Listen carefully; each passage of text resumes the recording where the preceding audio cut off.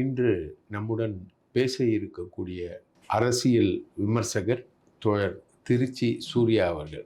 அவரை நாம் சவுக்கு சங்கர் விஷயத்திற்காக சந்திக்கிறோம். வணக்கம் சார். சார், இப்போ நீங்கள் அண்ணாமலையோடையும் நெருங்கி பழகியிருக்கீங்க. சவுக்கு சங்கர் பற்றியும் நிறைய தகவல்களை பேசுவீங்க. அண்ணாமலை ஒரு மிகப்பெரிய கொள்ளக்காரன், மிகப்பெரிய ஒரு ஊழல்வாதி அப்படின்ற மாதிரி சில இன்டர்வியூக்களில் வெளிப்படுத்தியிருக்கீங்க. இந்த ரெண்டு பேருமே ஒன்றா இருந்தாங்களே, இந்த ரெண்டு பேருடைய சீக்வன்ஸும் எப்படி இருந்தது சார்? இல்லை, சீக்வன்ஸ் என்ன அப்படின்னா, அதாவது எப்பயுமே பார்த்தீங்கன்னா, இந்த ஃப்ரெண்ட்ஸ் ஆஃப் போலீஸ்ன்னு வச்சுருப்பாங்க. ஆனால் அவன் அக்யூஸ்டாக இருப்பான். அதுக்கு முன்னாடி அவன் நொட்டோரியஸாக இருந்தவன், அந்த ஏரியாவில் வாண்டடாக இருந்தவன், அவனை தான் நாளைக்கு ஃப்ரெண்ட்ஸ் ஆஃப் போலீஸாக வச்சுருப்பான். சில பேர் போலீஸோடைய ஸ்பையினே தெரியாது. ஆனால் அந்த ஏரியாவில் ரொம்ப சகஜமாக கையில் கட்டிக்கிட்டு டீ கடையிலே சுற்றுவான். என்ன அப்படின்னா, அவங்களுக்கு உள்ளே நடக்கிற ஏரியாவில் நடக்கிற தகவல்கள் வேண்டும். யார் யார் என்ன பண்ணுறா அப்படிங்கிறது தெரியணும். இவன் தான் கரெக்டாக அவங்களுக்குள்ளாரையே ஊடுருவி அவங்களான ஆளாவே நம்ப வச்சு அந்த தகவலை நாளைக்கு போலீஸ்கிட்ட சேர்ப்பாங்க. இப்போ அதே வேலை தான் சவுக்கு சங்கர். அண்ணாமலை தன்னை போலீஸாக பயன்படுத்தி கொண்டாலும் எப்பயுமே பார்த்தீங்கன்னா, இந்த புதுசாக ஒரு மாவட்டத்துக்கு சார்ஜ் எடுப்பாங்க. அந்த மாவட்டத்துக்கு அவங்களுக்கு பரிச்சயமே இருக்காது. எந்த மாவட்டம், எந்த பகுதி, எந்த சமூகம் இருக்குது, என்ன பிரச்சனைகள் வரும், யார் எப்படி, யார் கள்ளக்கடத்தல் பண்ணுறவன், யார் நல்ல அரசியல்வாதி, யார் கெட்டவன் தெரியாது. இவங்க எல்லாத்தையுமே இந்த ஒரு எஸ்பி லெவல்லே பார்த்தீங்கன்னா, இவங்களை டியூன் பண்ணுறது யார் அப்படின்னா, மேக்ஸிமம் இவங்க டிரைவரு இல்லை எஸ்பி இன்ஸ்பெக்டராக இருக்கும். நீண்ட காலமாக 10 வருஷம் 20 வருஷமாக இருப்பான். அவன் தான் சார் இவன் இப்படி, சார் அவன் அப்படி, சார் அவன்கிட்ட கொஞ்சம் பார்த்து பேசுங்க, இந்த ஏரியாவில் இது கொஞ்சம் ஜாஸ்தி, இங்கே கொஞ்சம் சாராயம் ஓடும் அப்படின்லாம் சொல்கிற மாதிரி. அண்ணாமலை தமிழ்நாட்டு பாஜக மாநில தலைவர் ஆன பிறகு எந்தெந்த திமுக அமைச்சர்கள்ட்ட பணம் இருக்குது, எப்படி எவனை மிரட்டி நாளைக்கு பண்ணலாம் அப்படிங்கிறப்ப ஆல்ரெடி இதே பேட்டர்னில் எக்ஸ்ட்ராக்ஷன் பண்ணக்கூடிய சவுக்கு சங்கருக்கு இந்த விவரங்கள் தெரிந்த நிலையில் அவனோட மறைமுகமான கை கோர்த்து சில சூழ்நிலையில் கூட்டணி வச்சுக்கிட்டார். அவரை பொறுத்த வரைக்கும் நிறைய அவங்களுக்கு தெரியும். இப்போ பிடிஆர் பேசின ஆடியோவே பார்த்தீங்கன்னா, part 1 audio Savukku Shankar release பண்ணார். ஆனால் பார்ட் 2 ஆடியோ மாநில தலைவராக இருக்கக்கூடிய அண்ணாமலை ரிலீஸ் பண்ணார். எனக்கு அதுவே ஒரு அசிங்கமாக இருந்துச்சு. அப்போ it means that raw material trusted factor எங்கே போயிருக்குது, சவுக்கு கிட்ட தான் போயிருக்குது. அவன் அவன் சொல்கிற மாதிரி, நான் பாதி பிரெட்டை சாப்பிட்டுட்டு உனக்கு பிச்சு கொடுக்கல, நான் மீதி வச்சதை நீ சாப்பிட்டுக்க அப்படிங்கிறப்ப நாளைக்கு உன்னை என்ன மாதிரி அவன் ட்ரீட் பண்ணுறான், நீ எப்படி அவங்ககிட்ட நெருக்கமாக இருக்கிற. அந்த மணல் குவாரிகள் சமயத்தில் நாளைக்கு சவுக்கு சங்கர் பரபரப்பாக பேசப்படக்கூடிய நிலையில தான் ரைடு இறங்குது. இவன் பேசுகிறான், அடிக்கிறான், அவங்க வராங்க, ஒரு பெரிய தொகையை கேட்குறாங்க, எதிர்பார்க்க முடியாத தொகையை. அவங்க நாளைக்கு அவன் கேட்டதுலேருந்து ஒரு 10-20% மார்ஜினை, அதான் அவன் 500 கோடி கேட்குறான்னா இவங்க ஒரு 50 தரேன் 100 தரேன் பேச்சுவார்த்தை நடத்துகிறப்ப இவன் ஒரு பெரிய எக்ஸ்க்ளூசிவாக அடிச்சு விட்டுறான் அந்த மணல் குவாரியை பற்றி. மறுபடியும் 2-3 தடவை அடிக்கிறப்ப இவங்க எந்த சூழ்நிலையிலும் வரமாட்டேங்கிறாங்கன்னு தெரிஞ்சோன்னே இந்த டாக்குமெண்ட் எல்லாத்தையும் அண்ணாமலைட்ட கொடுத்துறோம்.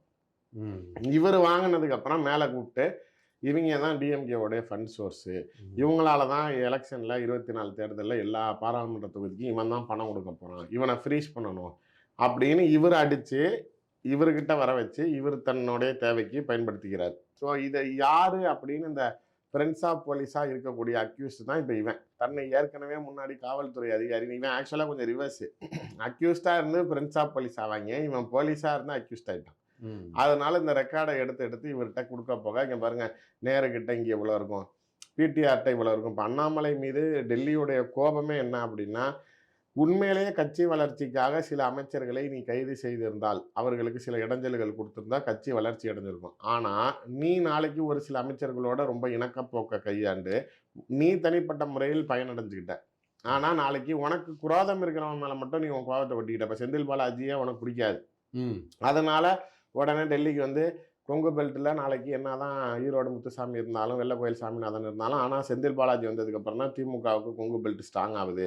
இவர் ஒரு ஆள் தான் திமுக வலுப்படுத்துறாரு, இவரை நாம் உள்ள தூக்கி வச்சுட்டா நாளைக்கு திமுக அங்கே வீக் ஆயிரும் அப்படின்னு. ஆனால் இவரோடைய காண்டு அவனை கல்வி பண்ணணும். ஆனால் மேலே இடத்துல சொன்னது, இவனை தொட்டுட்டோம்னா நம்மளுக்கு ஒரு 60 சட்டமன்ற தொகுதியில் நமக்கு சாதகமாகும் அப்படிங்கிறப்ப தான் ஒன்றுமே இல்லாமல் 2 லட்ச ரூபா, அதாவது எங்கே யார் காசு கொடுக்காம எந்த வேலை நடக்குது, இல்லை யார் வாங்காமல் இருக்கிறா, நிதர்சனம் அதுதான். 2 லட்ச ரூபா வாங்கினதுக்கு 400 நாள் வாணி உள்ள அப்படிங்கிறப்ப அவங்களோடைய அதிகாரத்தை அவங்க காட்டுறாங்க. இங்கே நாளைக்கு முதலமைச்சர் என்ன ஆனாலும் சரி, நாளைக்கு நீ என்னை தாண்டி தமிழ்நாட்டு பார்டரை கூட்டு போயிருவியா, டெல்லிக்கு திகாருக்கு உங்களுக்கு கொண்டுட்டு போக முடிஞ்சா 400 நாள் ஆனாலும் நான் இங்கேயே புழல்லையே வச்சு அவர் அமைச்சராக வச்சு அவருக்கு தேவையான வசதிகளை வச்சு பாராளுமன்ற தேர்தல் அப்போ செந்தில் பாலாஜி வெளியில் இருக்கக்கூடாதுங்கிறது தான் அண்ணாமலையோட டிமாண்டு.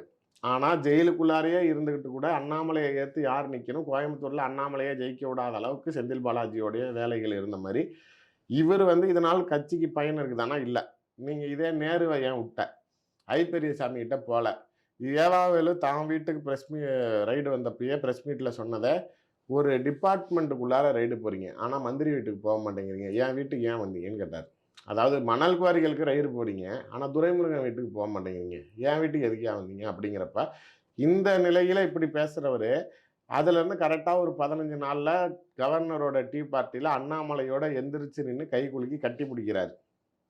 அதுக்கப்புறம் கலைஞருடைய 100 ரூபா அந்த நாணயம் வெளியீட்டு விழாக்கு ராஜ்நாத் சிங் வரப்ப கலைஞர் நினைவிடத்தில் ஏவாவேலு அந்த வீடியோ கூட நீங்கள் திரும்பி பாருங்கள், கனிமொழியை கொஞ்சம் நகருங்கம்மா அப்படின்னு சொல்லிட்டு அண்ணாமலையை முன்னாடி வாங்குவார் ஏவாவேலு. கலைஞருடைய பொண்ணையே கலைஞர் சமாதியில் பின்னாடி போ அண்ணாமலையை முன்னாடி வாங்கினது இந்த நெருக்கம். அதாவது அவரை அனுசரிச்சா அவரை நீங்கள் விட்டுட்ட. இந்த நெருக்கத்தில் தான் அவருக்கு வேண்டிய டிஎன்பிஎஸ்சி மெம்பர் அவர் ஏவாவேலு பரிந்துரை பண்ண நபரை கவர்னர் ஓகே பண்ணுறாரு அண்ணாமலை சொன்னதுனால. ஸோ என்கிட்ட நல்லா இருக்கிறான், எனக்கு தேவையானது செய்கிறான் அப்படின்னா நான் அவனை ஒதுக்கிடுவேன். இப்போ திருச்சியில் ஒரு புதிய பேருந்து கட்டப்படுது, அங்கே நாளைக்கு கேஎன் நேரு அந்த பேருந்து நிலையத்துக்கு எய்த்தாப்பில் இருக்கல ஒரு 100 ஏக்கரை நாளைக்கு அகிலா அண்ணாமலையோடைய மனைவி பேருக்கு நாளைக்கு கிரையம் பண்ணி கொடுத்தாரு. அந்த மாதிரி ஐ பெரியசாமி உள்ளே நடக்கிற தகவல்கள் கொடுக்குறாரு, நாளைக்கு மூர்த்திகிட்ட என்ன கேட்டாலும் செஞ்சு கொடுக்குறாரு. இவர் சக்கரபாணி நாளைக்கு நம்ம சமுதாய ஆளும் கூட. அதே மாதிரி என்னுடைய அக்கா வீட்டுக்காருக்கு செங்கல் பிஸ்னஸ் வச்சு கொடுத்துருக்காரு, ரியல் எஸ்டேட் பண்ணி கொடுக்குறாருங்கிறப்ப தனி மனிதனாக நீ சில திமுக அமைச்சர்களிடம் பலனடையும் போது நீ அவங்கள ஒதுக்கிடுற அப்படிங்கிற கோபம் தான் நாளைக்கு பிஜேபி இன்னைக்கு அவரை மாற்றக்கூடிய நிலையை உருவாக்கியது. இந்த இடத்துலலாம் யார் யார்கிட்ட பழம் சாப்பிட முடியும், எங்கே போனால் பழமே கிடைக்காது, எது எது முத்தின பழம், எது எது நாளைக்கு இப்போ தான் பழுக்க போகிறது, எங்கே பழுக்குது, எவ்வளோ வருது அப்படிங்கிறதெல்லாம் நாளைக்கு சவுக்கு சங்கர் தான் அவருக்கு துப்பு கொடுக்கறது. இவன் லெவலுக்கு இவன் கட்டிங் போட்டு ஃபைலை மேலே அனுப்பிச்சிடுறது. இந்த கிளர்க்குங்கிட்டலாம் பண்ணிங்கன்னா நீங்கள் எனக்கு 300 ரூபா கூட நான் ஃபைலை மேலே அனுப்புகிறேன்னு அவன் வேலையை முடிச்சுட்டு மேலே அதிகாரிக்கு அனுப்புவான்ல, அது மாதிரி இவன் கட்டிங் போட்டு எக்ஸ்ட்ராஷன் பண்ணிவிட்டு என் வேலை முடிஞ்சுன்னோன்னா அண்ணாமலைக்கு அனுப்பிச்சோன்னா அண்ணாமலை பெரிய லெவலில் செய்கிறது. இதுதான் இவர்களுக்குள்ளார இருந்த பெரிய தொடர்பு. சரி சார், இப்போ இவ்வளோ மந்திரிகள், இவ்வளோ தொடர்புகள், இந்த விஷயங்கள்லாம் சொன்னீங்க. நீங்கள் இந்த கிளர்க்கு லெவலில் இவன் வாங்கிட்டு அனுப்புகிறான் அப்படின்றது சொன்னீங்க இல்லையா? இதில் நீங்கள் ஒரு இன்டர்வியூவில் அவனுடைய சொத்து மதிப்பு சம்மந்தமாக சொல்லியிருந்தீங்க. 500 கோடிக்கு மேலே சொல்லியிருந்தீங்க அவனுடைய சொத்து மதிப்பு. அவ்வளோ சொத்தா சார்? அவன் அந்த சாதாரணமாக அந்த 300 ரூபாய் வாங்குகிற கிளர்க்குக்கு இவ்வளோ சொத்தாக இருக்கும்? இல்லை, நீங்கள் அப்படி யோசிக்கக்கூடாது. அதாவது 300 ரூபா வாங்குற கிளர்க்கே நாளைக்கு இவ்வளோ சொத்து வச்சுருக்கான்னா அப்போ ஃபைலை மேலே அனுப்பிச்சு அண்ணாமலை எவ்வளோ சொத்து வச்சுருப்பாரு அப்படிங்கிற மாதிரி. இது நம்ம சும்மா 10-50 ரூபா எவ்வளோ என்ன ஏதுன்னு நம்ம சொன்னது கிடையாது. அவனை சிறைப்பிடித்த போது, அவனை விசாரணைக்கு உட்படுத்திய போது அவனுடைய சம்பந்தப்பட்டவர்கள் அவன் வாக்குமூலம், அதாவது 72 மணி நேரம் வாக்குமூலம் கொடுத்துருக்கான். ஆக்சுவலாக இப்போ உண்மையிலேயே அவன் வெளியில் சோர்ஸ்ன்னு சொல்கிறது பொய். அவங்ககிட்ட சோர்ஸ் எல்லாமே கட் ஆகிடுச்சு. எதனால அப்படின்னா, எப்பயுமே இப்போ நீங்களாக இருக்கட்டும் நானாக இருக்கட்டும், எப்போ நமக்கு சோர்ஸ் கட் ஆகும்னா நம்ம சோர்ஸை ரிவீல் பண்ணிட்டோம்னா நம்மகிட்ட வரமாட்டான்.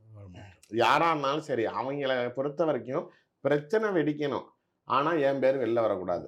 அப்போ நீ சொல்லு. அதாவது நம்ம கட்டிங் போட்டுருவோம் அப்படின்னா கூட அவன் பரவாயில்லன்னு விட்டுருவான். இந்த விஷயத்தை வச்சு நீ காசு பார்த்துக்கிறியா பண்ணி கேங்குவான். என்கிட்ட ஒரு சில அதிகாரிகளே சொல்லுவாங்க, இதனால உங்களுக்கு எதுவும் பிரயோஜனம் இருக்குன்னா அதை நீங்கள் பார்த்துக்கங்க, அதுக்குள்ளே நான் வரமாட்டேன் அப்படிங்குவாங்க. நம்ம அதை செய்ய மாட்டோம். பட் பொதுவாக அப்படி அந்த எண்ணங்கள் எனக்கு நீ ஒரு தடவை எக்ஸ்போஸ் பண்ணிடு, அதுக்கப்புறம் நீ என்னமோ பண்ணி கேங்குவாங்க.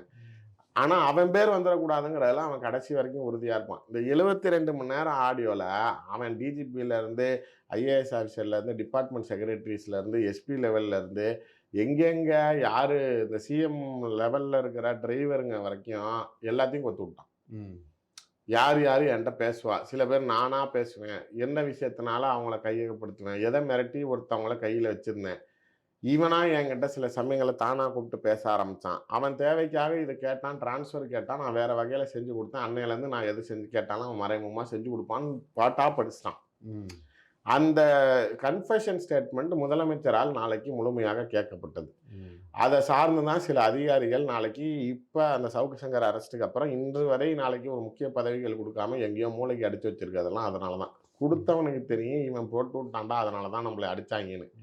இது நாளைக்கு நம்மளுக்கு தெரியாம இருக்கலாமே தவிர டிபார்ட்மெண்ட்டுக்குள்ளார சவுக்கு போட்டு விட்டான், சவுக்கு போட்டு விட்டான், சவுக்கு போட்டு விட்டாங்கிறப்ப அதிகாரிகள் மத்தியில என்னைக்குமே அவன்லாம் நாளைக்கு ரிட்டயர் ஆகுற வரைக்கும் மரியாதையா வாழ்ந்துட்டு பென்ஷன் வாங்கிட்டு வாழ்க்கையில குடும்பத்தோட நிம்மதியா இருக்கணும்னு நினைக்கிறவன் கடைசி நிமிஷத்துல நீங்க போய் நாளைக்கு வந்து நீங்க பகடக்காய் ஆகி உங்க சட்டை கலந்து நாளைக்கு சஸ்பென்ஷன் ஆகி நாளைக்கு பென்ஷன் இல்லாம இவ்வளோ நாள் நல்ல பேர் சம்பாரிச்சு வச்சதை கெடுத்துக்கிறதுக்கு எந்த அதிகாரியும் விரும்ப மாட்டான். ஸோ அந்த கான்டாக்ட் சோர்ஸ் ஈஸியாக கட் ஆயிடுச்சு. இவன் இப்போ பேசுகிற நீங்கள் நல்லா கவனிச்சு பாருங்க. நான் சொல்கிறத ஒரே ஒரு விஷயத்தில் சிங்க் பண்ணி பாருங்க.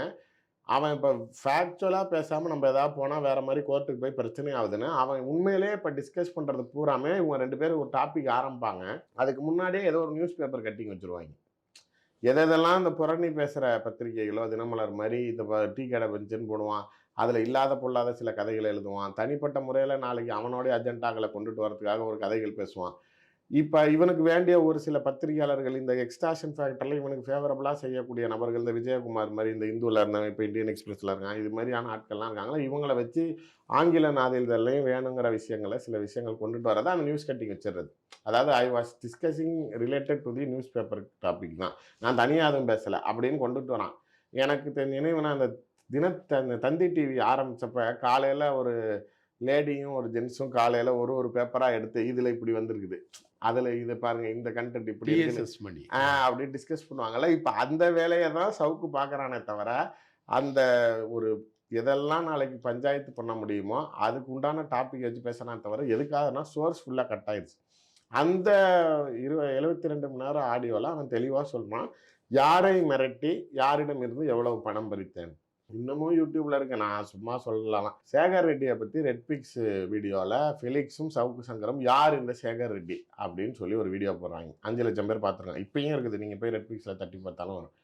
அதுக்கு சேகர் ரெட்டி எனக்கு வேறு சோர்ஸில் வந்து என்னை பற்றி யாரும் எதுவும் பேசாதீங்க, அப்போ அவர் ஏதோ திருப்பதி தேவஸ்தானத்தோடைய அறங்காவலர் குழு தலைவராகிறதுக்கு முயற்சி செஞ்சுக்கிட்டு இருந்தப்போ இவங்க டேமேஜ் பண்ணுறாங்க அப்படின்னு சொல்லி 2 கோடி ரூபா கொடுத்தாங்க. இப்போ என்னை பற்றி தொடவே தொடாத, என் பக்கத்தே வராத அப்படின்னப்ப 2 ரூபா கொடுத்தாங்க. நாங்களே எதிர்பார்க்கலாம் அவ்வளோ கொடுப்பாருன்னு. நான் எனக்கு நான் இப்போ பயன்படுத்துகிற வார்த்தைகள் அவ்வளவுமே அவன் பேசின எக்ஸாக்ட் வேர்டு. எனக்கு நான் ஆடியோ கேட்டதுனால நான் சொல்கிறேன். இது மாதிரி எங்கெங்கே எந்தெந்த அதிகாரிகள்கிட்ட இருந்து யார்கிட்ட டாக்குமெண்ட் வேணும்னு எதிர்பார்த்தேன், யார்கிட்ட என்ன டிரான்ஸ்ஃபர் பண்ணேன், யார்கிட்ட என்ன பணம் ஆதாயம் அடைஞ்சேன். இப்போ மணலுக்கு வரையில் நான் உண்மையிலேயே அவர் வாயால் ஒத்துக்கிட்டதே 70 கோடி ரூபா வாங்கினேங்கிறார். எப்போ அதான் 3 செட்டில்மெண்ட்டாக வாங்கியிருக்காரு. ஒரு விஷயத்துக்கும் எனக்கு ஒன்று பேமெண்ட்டு செட்டில் பண்ணாங்க. அதுமாரி G2 டீமே ஆரம்ப காலத்தில் நான் பணம் வாங்கினேன், இடம் வாங்கினேங்கிற அப்படி. அதுக்கப்புறமேலு சில சூழ்நிலைகளில் அவங்க வேற எந்த கருத்து முரண்பாடில் அவர் உன்னை வம்புழுக்கிறாங்கிற வரைக்கும் அவன் அக்செப்ட் பண்ணுறான். அதாவது ரொம்ப டவுன் டு அர்த். அவனுக்கு உண்மையிலே சொல்லணும்னா அவன் சொல்கிற மாதிரி தான் வருண் வந்து டேபிளுக்கு கீழே மைக் வச்சது அவனுக்கு தெரியல. இப்போ நாளைக்கு ஆஃப் த ரெக்கார்டாக அவர்கிட்ட பேசுகிற மாதிரி அவர்கிட்ட இவனை தன்னை நல்லவேன்னு சொல்லிக்கிட்டா இவர் போய் நாளைக்கு அங்கே இவர் தான் இவன்லாம் சொல்கிறான்னாலும் அவரை பெருசாக நம்ப மாட்டாங்க. இல்லை நம்ம நாளைக்கு அப்ரூவர் ஆயிரும். அந்த கவுண்டமணி காமெடியில் வர மாதிரி தான் அவர் ஏன் ஜூஸ் குடிக்கிறாரு, அவர் அப்ரூவர் ஆயிட்டாரு அதனால ஜூஸ் குடிக்கிறாரு, நீங்களும் அப்ரூவர் ஆயிருங்க உங்களுக்கு ஜூஸ் தரேங்கிற மாதிரி. மாதந்தோறும் 4 மில்லியன் பார்வையாளர்களை சென்றடையும் நமது நியூஸ் டைம் டிஎன் சேனலில் உங்களது விளம்பரங்கள் இடம்பெற வேண்டுமா? உடனே தொடர்பு கொள்ளுங்கள் 7603836167.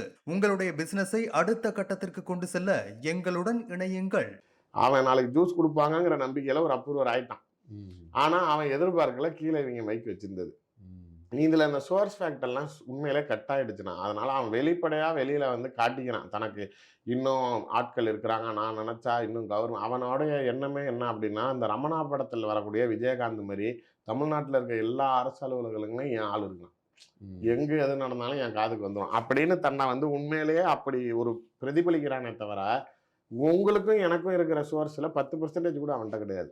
அவன் தமிழ்நாட்டில் நம்பர் 1 ஜேர்னலிஸ்ட், நான் என்னை மீறி யாருமே கிடையாதுன்ற மாதிரிலாம் கிளைம் பண்ணுறேன். அவளை ஃபஸ்ட்டு யார் ஜேர்னலிஸ்ட்டுன்னு சொன்னான். அந்த நடுவில் கூட ஏதோ ஒரு படம் பார்த்தேன், அது காமெடி, என்ன படம் பேர் ஞாபகம் இல்லை. அதில் ஏதோ ஒரு பையன் பைக் ஓட்டிகிட்டு போவான், போலீஸ் வந்து தடுத்து இது லைசன்ஸுக்காக செக் பண்ணுவாங்க. அப்போ வந்து சார் நாங்கள் மீடியா சார் அப்படிங்குவான். எந்த மீடியாப்பா? சோசியல் மீடியா அப்படின்னா காது மேலே ஒன்று வைப்பான். அது மாதிரி இவன் வெறும் யூடியூப்ல வீடியோ போடுறவன் எப்படி பத்திரிகையாளர்னு தன்னை பறைசாற்றி கொள்றாங்கிறதுல அப்ப உண்மையான பத்திரிகையாளர்களுக்கெல்லாம் கேவலண்டாங்கிற மாதிரி சும்மா ஒரு பேனர் வச்சுக்கிறான். இப்ப அவரு ராம அவர் சொன்னப்பயுமே நாங்க பத்திரிகையாளர்லாம் லிஸ்ட்லலாம் வைக்க மாட்டோம் அப்படிங்கிற மாதிரி. என்னை பொறுத்த வரைக்கும் அவனை வந்து பத்திரிகையாளர் கேட்டகரியில வைக்கக்கூடாதுண்ணா. அவன் பண்றது புரோக்கர் வேலை. நாளைக்கு ஒரு அஜெண்டா ஃபிக்ஸ் பண்ணிக்கிட்டு ஒரு பெரிய பணம் அதாவது இங்க இருக்கிற மக்கள்கள்லாம் மடையர்கள். நான் பேசி அவங்கள நாளைக்கு உங்களுக்கு என்ன கருத்து வேணுமோ அதை எப்படி எந்த நேரத்துல பேசணும்னு தெரியும். அதை நான் வேற மாதிரி பேசி நான் மக்கள் மனசுல நாளைக்கு பதிய வச்சிருவேன். நாளைக்கு இவனை விட பெரிய முட்டாள் யார் தெரியுமா? இவனை புத்திசாலின்னு நினைக்கிறான் பார்த்தீங்களா ஒரு முட்டாப்பைய? அவன் தான் இருக்கிறதுலே பெரிய முட்டாள். இவனால நாளைக்கு இந்த மக்கள் மனதை மாற்ற முடியும். இவனால் இந்த பிரபஞ்சத்தில் நடக்க வேண்டிய விஷயத்தை நாளைக்கு தீர்மானிக்க முடியும். நம்மளே நாளைக்கு இவனால முதலமைச்சர் ஆக்க முடியும். ஏடிஎம்கே 24ல எவ்வளவு ஜெயிக்கும்னாரு. மாலதி நோட் பண்ணிக்கங்க 25+ அப்படின்னாரு. என்ன நடந்துச்சு? இவனை இன்னமும் உணராம நாளைக்கு இவனோடைய பேச்சுக்கு பார்வையாளர்களை இது வந்து ஆதவ அர்ஜுனா டைலாக் மாதிரி இருக்குது. முதலமைச்சர் பேசினா 30 பேர் கூட பார்க்க மாட்டேங்கிறான். என் தலைவர் பார்த்தா பேசினா 3 லட்சம் பேர் பார்க்குறாங்கிற மாதிரி இந்த பார்வையாளர்கள் யூடியூப் வியூஸை வச்சு ஒரு தலைவர் உருவாயிருவாரா? அது மாதிரி சவுக்கு சங்கர் பேசினா இத்தனை லட்சம் பேர் பார்க்குறான் அப்படின்ட்டு எடப்பாடி நாளைக்கு இவனை பெரிய ஒரு மூளை, இவன் தான் உண்மையிலேயே நாளைக்கு பெரிய விஞ்ஞானிடா, இவன் நினைச்சா நம்மளை எங்க வேணாலும் கொண்டாந்து உட்கார வச்சிடலாம், இப்ப நாளைக்கு சிஎம் ஆக்கிடுவான், அடுத்து இன்னொரு 2 வருஷத்துல இவனுக்கு இன்னும் 2 அப்பார்ட்மெண்ட் வாங்கி கொடுத்தா நம்மளை பிரைம் மினிஸ்டர் ஆக்கிடுவான்னு நினைக்கிறாரு போல. அவன் இந்த படத்தெல்லாம் சொல்ற மாதிரி தான் வாழ்க வாழ்க அப்படின்னு இந்த அமெரிக்க ஜனாதிபதி அண்ணன் முருகேசன் அவன் இன்னும் எக்ஸ்ட்ரா காசு கொடுப்பான்ல. அது மாதிரி நீ 25 சீட்டு ஜெயிப்ப, நீ 30 சீட்டு ஜெயிப்ப, நீ நாளைக்கு மோடிக்கே வித்த காட்டுவ, அமித்ஷா எடப்பாடியை கண்டு நடிக்கினார் அப்படின்லாம் சொன்னோன்னே அவன் இன்னும் காசு கொட்டுவாங்கிறதுக்கு இவன் நாளைக்கு வாய்க்கு வந்து எல்லாம் சொல்றான். ஆனா அது நாளைக்கு உண்மையா பேசுறானா? அது நிதர்சன நாளைக்கு சம்பவங்களுக்கு அது நாளைக்கு ஒரு மேட்சிங் ஃபேக்டரா இருக்குதா? அதை சார்ந்த அவனோட விமர்சனங்கள் இருக்குதா? மக்கள் மத்தியில நானே பல பேர்ட்ட கேட்டிருக்கேன். ஏங்க அவன் பச்சையா பொய் பேசுறான். இதெல்லாம் எனக்கு சில பேர் எனக்கு தெரியும். ரெகுலரா சவுக்கு சங்கர் வீடியோ அவங்க என்கிட்ட சொல்றப்ப நான் சவுக்கு வீடியோ பார்ப்பேங்க, அப்புறம் உங்க வீடியோ வேற யாரோட்டும் பார்க்க மாட்டேன் அப்படின்னு சில பேர் சொல்றப்ப நான் கேட்பேன், எப்படி நீங்க அவனோட பாக்குறீங்க அப்படின்னா, சார் சாயங்காலம் ஆஃபீஸ்ல இருந்து வருவோம், தட்டில் சோத்தை போட்டு உட்காந்தோம்னா திரும்பி போய் ஏதாவது ஆதித்யாலையோ இல்லை ஏதாவது சன் மியூசிக்ல தெரிஞ்ச பாடம் திரும்ப அதே தெரிஞ்ச ஜோக்ஸ் பார்க்கறதுக்கு புதுசாக ஏதாவது பார்க்கலான்னு தோணும். இவன் பேசுறது பொய்ன்னு தெரிஞ்சாலும் ஒரு கதை டைரக்ஷன் மாதிரியே கொண்டுட்டு போவான், அப்படியே ஒரு ஸ்டோரி டைரக்ஷன்ல ஏதோ கேட்கறதுக்கு ஏதோ புதுசாக சொல்றானே இருக்கும். அந்த 10% அரசியலும் அந்த உண்மையும் எங்களுக்கு அது தெரிஞ்சுக்கிட்டா போதும், நாங்கள் என்ன அரசியலை செய்ய போகிறோம், எங்களுக்கு அந்த அடிப்படை அரசியல் போதும்னு நாங்கள் அவன் பேசுகிற பொய்யும் தெரியுங்க, ஆனால் என்டர்டெய்னிங்காக இருக்குது அப்படிங்கிறாங்க. என்டர்டெய்னருக்கு அதாவது அவனை வந்து பொய் பேசும் என்டர்டெய்னராக தான் மக்கள் பார்க்குறானே தவிர அவனை பெரிய நீங்கள் சொல்கிற மாதிரி உண்மை விளம்பி புலனாய்வு புலி அப்படின்லாம் அதை அவராக சொல்லிக்கிறாரே தவிர பார்வையாளர்கள் மத்தியில் அப்படிலாம் இல்லை. இப்போ நான் இந்த ஹெச்ஐவி பேஷண்ட்டு இந்த பெண்களோட ஒரு நெருக்கமாக இருந்த புகைப்படங்கள் அவங்களோட வாட்ஸ்அப் சாட் இதெல்லாம் விட்டப்போ அவனுக்கு பெரிய அடி விழுந்துச்சு, ஃபாலோவர்ஸில் பயங்கரமாக பேக் ஆச்சு. அதை அவன் பேலன்ஸ் பண்ணுறதுக்கு விஜயை வந்து வாழ்க அப்படின்னோடனே இந்த அணில் குஞ்சுங்கெல்லாம் நாளைக்கு என் தலைவனை வாழ்கங்கிறானே அப்படின்னு சொல்லிட்டு பார்க்க ஆரம்பித்தான். அதை வச்சுக்கிட்டு அவர் வியூவர்ஷிப்பை மெயின்டைன் பண்ணிக்கிட்டாரே தவிர, ஆனால் அவனை பொறுத்த வரைக்கும் எடப்பாடி பணம் கொடுக்குற ஆள் நேற்றுக்கு போட்ட வீடியோ வந்து சவுக்கோடுது 1 மில்லியன் ஆயிடுச்சு, முந்தானத்து போட்டது 2 மில்லியன் ஆயிடுச்சு, இன்னைக்கு அதை கிராஸ் பண்ணுது அப்படிங்கிறப்ப அந்த பார்வையாளர்கள் கணக்கில் தான் அவர் நாளைக்கு அவனுக்கு பணம் கொடுக்குறாரு. அவர் நினைக்கிறாருன்னா என்ன அரசியல்வாதிகளே சொல்லுவாங்க, இப்போ எங்கள் அப்பாவே சொல்லுவார், நான் தமிழ்நாட்டு முழுக்க நாளைக்கு நான் வெற்றி கொண்டான் திப்புரி திருமாறுமுகம் அவர் ஒரு பெரிய பட்டியலே சொல்லுவார். எல்லா பேச்சாளர்களும் நாளைக்கு நாங்கள்லாம் வந்து தமிழ்நாடு முழுக்க ஏரியில் குளத்துலலாம் ஏறி நாளைக்கு பஸ் இல்லாத இடத்துக்கெல்லாம் நடந்து நாளைக்கு நாங்கள் போய் ஒரு பொதுக்கூட்டமாக பேசி அது ஏதோ ஒரு இடத்துல சொன்னாங்க, திடீர்னு அங்கே அந்த இடத்துல தண்ணி ஓட ஆரம்பிச்சிருச்சான். அங்கே பொதுவாக தான் வெள்ளம் ஜாஸ்தி ஆயிடுச்சு, டேமில் ஜாஸ்தி ஆயிடுச்சுன்னா அந்த கரையில் ஓடும் போல். எங்கள் அப்பா பொய்யாமொழி மாமா தளபதி 3 பேரும் தான் இருந்தாங்களாம். அந்த கரையை தாண்டி போனால் தான் அங்கே கூட்டம், பேசிட்டு திரும்பி இங்கே வந்தால் தான் பஸ்ஸு அப்படின்னப்ப பொய்யாமொழி மாமாவும் எங்கள் அப்பாவும் 2 பேரும் முதலமைச்சரை தோளில் உட்கார வச்சுக்கிட்டு இவங்க கரையை தாண்டி நடந்து போய் அவர் அங்கே விட்டுட்டு திரும்பி கூட்டம் பேசிட்டு மறுபடியும் நைட்டு வந்து திரும்பி தோளில் தூக்கிட்டு கரையை தாண்டி கூப்பிட்டு வந்து நாங்கள் பேசினோம், இப்படிலாம் கஷ்டப்பட்டு நாங்கள் பேசினதை நீ உக்காந்த இடத்துல ஒரு யூடியூப் சேனலில் பேசி நீ எடுத்துகிட்டு போயிடுற, அது எப்படி நாளைக்கு முருகர் நான் போய் உலகத்தை சுற்றிட்டு வரேன்னாரோ அங்கேயே சுற்றி விநாயகர் காரியத்தை முடிச்சாரா, நீ ஒரு சேனலில் முடிச்சிடறாங்கிறப்ப அவங்களுக்கு என்னன்னா ஒரு பப்ளிக் மீட்டிங்கில் நாளைக்கு ஒரு பேச்சாளர் பேசுகிறாங்க, இன்னைக்கு இருக்கக்கூடிய ஆளுங்கட்சி தரப்பில் பேசினா கூட சாதாரண பொதுக்கூட்டத்தில் ஒரு 1000 பேர் வருவாங்களா, நம்ம ஒரு வீடியோ போட்டால் 1,00,000 பேர் பார்க்குறான்னா 1,00,000 பேர் ஒரு இடத்துல கூப்பிட்டா அந்த வேலையை இவன் உட்கார்ந்த இடத்துல பார்த்துட்டானே அப்படின்னு நம்மளை பெருசாக நினைப்பான்ல. அது மாதிரி சவுக்கு சங்கர் எடப்பாடி அந்த இடத்துல தான் எனக்கு ஒரு கேள்வி. அவனுக்கு இவ்வளோ வியூவர்ஸு, இப்போ நீங்கள் சொன்னீங்க அவன் வந்து எய்ட்ஸு, பல பெண்களோட தொடர்பு, மோசமான கேரக்டர் உடையவன், இதெல்லாம் வந்து நரேட் பண்ணும்போது வியூவர்ஸ் வந்து குறைஞ்சாங்கன்னு. அவன் வந்து விஜயை ஆதரித்து வியூவர்ஸை அதிகரித்தான். ஒரு காலத்தில் சீமானை ஆதரித்து அவன் வந்து வியூவர்ஸை வந்து அதிகரித்தான். அதே மாதிரி எடப்பாடியை சப்போர்ட் பண்ணி அந்த மாதிரிலாம் பண்ணான். இந்த வியூவர்ஸ் வந்து அவனுக்கு வர்றதுன்றது அதோட அலாகிருதம் எப்படி இருக்குது, அது ஏன் அப்படி நடக்குது, இவனை பற்றி தான் தெரியுது இல்லை. ஒவ்வொரு முறை சிறைக்கு போகிறான், சிறைக்கு போயிட்டு வந்தோன்னா ஒரு 2 லட்சம் வியூவர்ஸ் கூடுது.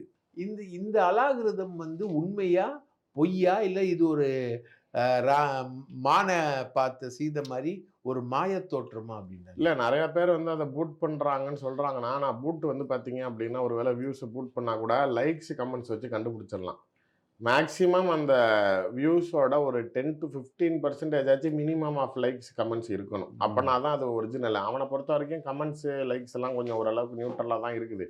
ஆனால் நான் எதனால் நீங்கள் அப்படி வருது அப்படின்னு நினச்சிங்க அப்படின்னா, இந்த ஊர்லலாம் கிராமத்தெல்லாம் புரணி பேசுவான். அது வந்து அது அவனுக்கு மெனக்கெட்டு அவனுக்கு வரவன் ஒருத்தன் கூட அவன் ஒரு நாளும் அவன் கை காசு போட்டு டீ குடிக்க மாட்டான், வடை சாப்பிட மாட்டான். கதை கேட்கணுன்னே அவன்கிட்ட நாளைக்கு என்னதான் நடக்குது ஊரில், இன்னும் ஒரு டீ சொல்லுனே அப்படிங்குவான். அவனுக்கு ஒரு டீ குடுறா அப்படின்னு சொல்லிட்டு பேசுவாங்க. அது மாதிரி இந்த புரணி கேட்கறதுக்குன்னு சில கேரக்டருங்க இருக்கும். அது மாதிரி புரணி பேசுகிறவங்க யாருமே பார்த்தீங்கன்னா அவன் குடும்பம் ஒழுக்கமாக இருக்காது. ஊரில் இருக்கிற எல்லா விஷயத்தையும் பேசுவான், ஆனால் அவனுக்கு ஒழுக்கம் இருக்காது. இந்த காது கொடுக்குறவனுக்கு அவனோட விஷயம் தேவையில்லை, ஊராமுட்ட விஷயம்தான் தேவை அப்படிங்கிறத கேட்டகிரி தான் இவன். நானே உண்மையிலேயே தமிழ்நாடு கவர்மெண்ட்டுக்கும் காவல்துறை அதிகாரிகள்ட்டையும் நான் அதை ஒரு ரிக்வஸ்ட்டாக வச்சேன். செஞ்சால் ஒன்று அடித்தா அந்த மொத்தமாக அடிங்க, சும்மா இல்லாமல் நாளைக்கு மங்காத்தா விளாடுங்க. நீங்கள் உள்ளே போடுறீங்க, எடப்பாடி வெளில எடுக்கிறாரு, நீங்கள் உள்ளே போடுறீங்க வெளில எடுக்கிறாரு. நீங்கள் சொல்கிறதா 1 லட்சம் சும்மா தான் போயிட்டு இருந்துச்சு, நீங்கள் கூப்பிட்டு போய் வச்சிங்க, இப்போ 2 லட்சம், மறுபடியும் கூப்பிட்டு போனீங்க 4 லட்சம். அவன் அந்த ஹைப் பண்ணுறதுக்கு தானா என்னை கைது செய்யப்படார்கள், என்னை கைது. நான் ஒரு வாரத்துக்கு முன்னாடி கூட ஒரு ட்வீட் பார்த்தேன் அவனோட. அவன் அப்பார்ட்மெண்ட் வாசலில் ஒரு போலீஸ் பேட்ரோல் நிற்கிது, அதை ஃபோட்டோ எடுத்து என் அப்பார்ட்மெண்ட் என் குடியிருப்பு வாசலில் போலீஸ் குவிப்பு, ஒரே ஒரு பேட்ரோல் தான் நிற்கிது. நான் எனக்கு தெரிஞ்ச சோர்ஸில் கூப்பிட்டு கேட்டேன், ஏங்க ரோந்துக்கு கூட பெட்ரோல் அவன் ஏரியா பக்கத்து அனுப்பக்கூடாதாங்க, அவனை யாருங்க அரெஸ்ட் பண்ணுறான்னா அப்படிங்கிறாங்க. அதாவது அதுக்கே இல்லை, ஜென்ரலாக போன போலீஸ் வண்டியெல்லாம், அதாவது போலீஸ் அக்யூஸ்டுக்கு பார்த்தா எப்படி கரெக்டாக போலீஸில் அக்யூஸ்டை தூக்குவான். ஏன்னா அவன் திடீர்னு யூனிஃபார்ம் பார்த்தோன்னே அவன் பேனர்ஸ் எல்லாம் மாறிடும், அதை பார்த்தாலே அவனுக்கு ஒரு அலர்ஜி ஆயிடும்ல. அது மாதிரி இப்போ போலீஸ் வாகனங்களை பார்த்தாலே சவுக்குக்கு அலர்ஜி ஆயிடுச்சு போல். தன்னை வந்து ப்ரமோட் பண்ணுறதுக்காக இந்த கதை. ஆனால் நான் என்ன கேட்குறேன், சம்மன் கொடுக்க வராங்க, வந்தால் வாங்குறப்ப நீ நாளைக்கு அரெஸ்ட்டு அப்படிங்கிறாங்கன்னா ரைட்டுங்க, ஓகே. இப்போ ஏதாவது ஒன்று தூக்கிட்டு போகிறாங்கன்னு நினச்சா நீ கேமரா வச்சு தான் பண்ணுற. இல்லை நான் கதவை பூட்டி வச்சுருந்தப்ப கூட வக்கீலை வர சொல்லியிருக்கேன் அப்படின்னா, அதான் அவங்க வெளியில் இருக்கிற அதிகாரியை சொல்கிறாங்க. 3 வக்கீல் வந்துட்டான். வரான், ஒருத்தன் கேட்குறான், விவரம் சொல்கிறேன், சரிங்க நான் என் சீனியரை கூப்பிட்டு வரேன்னு ஒருத்தன் போகிறான், திரும்பி இன்னொருத்தன் வரான், அவனும் நாளைக்கு போய் என் சீனியரை கூப்பிட்டு வராங்கன்னா போகிறவன் வரவே மாட்டேங்கிறான். இப்போ அந்த இடத்துல நாளைக்கு கைதுன்னு சொன்னதுக்கு அப்புறமேலும் தாப்பாலை போட்டுக்கிட்டு நீ நாளைக்கு அவங்க உடைச்சிட்டு வரப்போ கால் மேலே கால் போட்டுக்கிட்டு ஒரு கேமரா வச்சுட்டு செய்கிறது, இது நாளைக்கு உண்மையிலே மக்கள் எப்படி ரசிக்கிறான்னு எனக்கு தெரில. நீங்கள் என்னதான் இருக்கட்டும், நான் தமிழ்நாட்டு மக்களை பொறுத்த வரைக்கும் இந்த இரக்க குணம் பாவம் அப்படிங்கிறது ரொம்ப அதிகம். அதை நம்ம எப்படி அந்த சிம்பத்தியை யூஸ் பண்ணுறோங்கிறத இவனுக்கு தெளிவாக தெரியுது. ஃபார் எக்ஸாம்பிள், ஜெயலலிதா இறந்தப்ப சசிகலா தான் கொண்டுருச்சு. இந்த அம்மா பாரு பதவி ஆசையில் அதுக்கு யாரும் இருக்கா, வாரிசு இல்லைல்ல, அதுக்கு யாரும் இல்லைல்ல, மொத்தத்தையும் அமுக்கிக்கலாம், பதவியும் எடுத்துக்கலாங்கிறதுக்கு இது பிளான் பண்ணி கொண்டுருச்சு, அவெல்லாம் சாவணும், அவள் உயிரோடையே இருக்கக்கூடாது அப்படின்னு கேட்ட குரல்கள், அதே அந்த அம்மா ஜெயிலுக்கு போயிட்டு திரும்பி வெளில வரப்ப 1000 தான் இருந்தாலும் அதுவும் பொம்பளை தானே பாவம், அதை போய் இத்தனை வருஷமாக நாளைக்கு நீங்கள் உள்ளே வைப்பீங்க, நாளைக்கு அப்படின்னு பார்த்தா ஜெயலலிதா கூட தான் இந்த தப்பு பண்ணுச்சு, அது பண்ணதுக்கு இந்த அம்மாவை தூக்கிட்டு போய் அப்படிங்கன்னு அப்படியே மாறிட்டாங்க. இப்போ இன்னைக்கு அந்த ஜெயலலிதா மரணத்திற்கு சசிகலா காரணங்கிற இமேஜ் மக்கள்கிட்ட இருக்கான்னு கேட்டிங்கன்னா இல்லை. இன்னைக்கு ஜென்ரலாக சசிகலாச்சா அந்த அம்மா இத்தனை வருஷம் அது கூட இருந்துச்சுல்ல, அதை இதுதானே பார்த்துக்கிச்சு, சே அந்த அம்மா மேலே என்ன தப்பு அப்படின்னு வந்துருச்சு. இப்போ அதே நிலையை இந்த போலீஸ் அடிக்கிறப்ப அவன் அந்த சிம்பத்தியை கிரியேட் பண்ணி இவன் பெரிய அப்படியே தைரியசாலி மாதிரி தன்னை காட்டுறப்ப ஊடக மத்தியில் அந்த கைது நடவடிக்கை கீழே வர கமெண்ட்ஸே, அவன் நியாயத்தை கேட்டால் தமிழ்நாடு அரசுக்கு ஏன் இவ்வளவு கோபம், அவனை ஏன் இப்படி படுத்துறீங்க. இப்போ நடுவில் கூட இங்கே ஏதோ மூட்டையில் கொலை பண்ணி கட்டிட்டு போயிட்டாங்க அப்படிங்கிறப்ப மாரிதாஸ் வீடியோ போடுறாரு, சவுக்கு சங்கர் பின்னாடியே தமிழ்நாடு போலீஸ் அலையுது, அதனால் இதெல்லாம் பார்க்கல. எப்படி அந்த ஒரு சினாரியோ மாற்றி நரேட்டிவ் செட் பண்ணுறாங்கங்கிறப்ப ஏதோ போலீஸ் வேறு வேலையே பார்க்கலாம், இவனை மட்டும்தான் பேசுகிறாங்க. இப்பயும் சொல்கிறேன், அவனை வந்து பேச விடாமல் பண்ணணும்னு நினச்சா 5 வருஷம் முழுசாக இருந்தப்பயே அவங்க தட்டி தூக்கியிருப்பாங்க. இப்போ அவனை ஏன் நாளைக்கு இதை செய்கிறாங்க அப்படின்னா, இல்லாத பொல்லாதெல்லாம் பேசுகிறான். அதாவது ஒரு விஷயத்தில் நான் சொல்கிறேன், இப்போ அருண் கமிஷனர் மீது உனக்கு கோவம், அருணை நெகட்டிவாக நீ சித்தரிக்கிறதுக்கு என்ன பண்ணுற, அவர் சப்பார்டினேட்ஸ் எல்லாம் யூஸ் பண்ணுறாரு. அதுவும் நாளைக்கு 1-2 பேரை சார்ஜ் பண்ணால் பரவாயில்ல, மொத்த தமிழ்நாடு காவல்துறையில் இருக்கக்கூடிய பெண் அதிகாரிகளும் நாளைக்கு அங்கங்கே அவன் சீனியர்ஸ் அனுசரிச்சாதான் காலம் தள்ள முடியுது. இப்போ சவுக்கு சங்கரை கொண்டாந்து திருச்சி மாவட்ட நீதிபதி கிட்ட நிப்பாட்டினப்ப அங்கே இருக்கிற ஒரு எஸ்ஐ ஒருத்தவங்க இந்த ஜட்ஜு கிட்ட மேஜிஸ்ட்ரேட் கிட்ட, எனக்கு மேடம் நான் ஒரு கருத்து சொல்லணும் அப்படின்னாங்க. யூஸ்வலாக அதை அலோவ் பண்ண மாட்டாங்க, பட் அன்றைக்கி மேஜிஸ்ட்ரேட்டு சொல்லுங்கள் அப்படின்னப்ப, இல்லை நான் முன்னாடியெல்லாம் நான் நைட் டியூட்டிக்கு பார்ப்பேன், இல்லை நான் வீட்டுக்கே போக மாட்டேன், திடீர்னு ஓவர் டைம் இருக்கும், அதனால் நாளைக்கு அதெல்லாம் நான் என் வீட்டில் என்ன ஏதுன்னு கூட என் வீட்டுக்காரர் கேட்க மாட்டார். காலைல நான் போனால் கூடமா நான் டிஃபன்லாம் செஞ்சு வச்சுட்டு நீ சாப்பிட்டு தூங்கு, நான் ஆஃபீஸ் கிளம்புறேங்குவார். ஆனால் இந்த ஆள் இந்த கருத்து பேசினதுலேருந்து அவர் ஃபோன் பண்ணி, ஏன் நைட்டு லேட்டு, ஏன் நீ வரல, ஏன் ஒரு நாள் கூட உனக்கு இது வேறு ஆள் போட்டு பார்க்க மாட்டாங்களா, ஏன் நைட் டியூட்டியாக பார்க்குற அப்படின்னு கேட்குறாரு. எல்லா பெண்களையும் நாளைக்கு இப்படி ஒரு பெண் காவலர்களை சித்தரிச்சா இது நியாயமா அப்படின்னப்போ தான் அந்த அம்மா யோசிக்காமல் அவனை உடனே ரிமாண்டு 15 நாள் எக்ஸ்டென்ஷன்னாங்க. இது மாதிரி நீங்கள் மொத்த பெண் காவலர்களையும் இது பண்ணுறீங்க. நீதிபதி ஒரு நீதிபதி மேலே உனக்கு கோவம், உனக்கு தப்பான ஒரு உனக்கு வேணும்னா நீ பண்ணது தப்புன்ட்டாரு, உடனே நீதிபதிகள் ஓஏக்களை மிஸ்யூஸ் பண்ணுறாங்க. இப்போ எடப்பாடியை வந்து பசுமூனில் செருப்பு வீசிட்டாங்க. என் முதலாளி மேலே நீ செருப்பு வீசுகிற, இந்த பாரு நான் அவனை என்ன பண்ணுறேன்னு முக்குலத்தோர் சமூகனால குற்ற பின்னணி உள்ளவன் மட்டும்தான் இந்த ஜாதியில் இருப்பான். நாளைக்கு வந்து பசுமூனுக்கு போகிறதுக்கு பொம்பளைங்களுக்கு பாதுகாப்பு கிடையாது, வரவங்கலாம் குடிச்சுட்டு தான் வருவான், அந்த சமூகத்தையே இழிவுபடுத்துகிறேன். ஸோ இவனோட அஜெண்டா ஃபேக்டரு உண்மையை எக்ஸ்போஸ் பண்ணுறானா எனக்கு தெரிஞ்சு, நான் நீங்கள் ஏதாவது ஒன்று சொல்லுங்கள், அவன் இது ஒரு பெரிய விஷயம், அவன் பிரேக் பண்ணா நீங்கள் என்ன அவ்வளோ சாதாரணமாக சொல்கிறீங்க. இதனால நாளைக்கு தமிழ்நாடு அரசியலே புரட்டி போட்டிருக்கான். உண்மையை எப்படி வெளியில் கொண்டுட்டு வந்தான் கொஞ்சம் நம்மளே அடிக்கடி பேசியிருக்கோம். கொடநாடு ஏன் எடப்பாடி இவனுக்கு இவ்வளோ அடிமையாக இருக்கிறாருன்னா, கொடநாடு வழக்கோடைய முக்கிய ஆவணங்கள் இவங்கிட்ட நிறையா இருக்குது. கனகராஜை ஏற்றி கொல்லப்பட்ட காரோடைய ஓட்டுன பெண்ணு மாலினிங்கிறவன் மல்லிகா நல்லுசாமி. ஆமாம், மல்லிகா நல்லுசாமிங்கிறவன் இவளோட க்ளோஸ் ஃப்ரெண்டு. அதனால அந்த ஒருவேளை இன்னைக்கு பெங்களூரில் இருக்கிற மல்லிகா நாளைக்கு இங்கே வந்து நாளைக்கு அப்ரூவர் ஆயிட்டால் எடப்பாடி தலை தப்பிக்காது. அதுக்காக தான் இவனை இன்றைக்கும் வச்சுக்கிட்டு எல்லாருக்கும் எனக்கு அது ஒரு பெரிய ஆச்சரியம். நான் ஊரில் இருக்க எல்லாருக்கும் துரோகம் பண்ணுற எடப்பாடி பழனிசாமி எப்படி சவுக்கு சங்கருக்கு மட்டும் எப்பயுமே நல்லவராக இருக்கிறாரு. இந்த ஹெச்ஐவி இருக்கக்கூடிய நபரோட எப்படி மாலதி இருக்கு, அப்போ மாலதிக்கு ஹெச்ஐவி இருக்குமா? ஆனால் குடும்பம் நடத்துகிறவளுக்கு எப்படி இல்லாமல் இருக்கும்?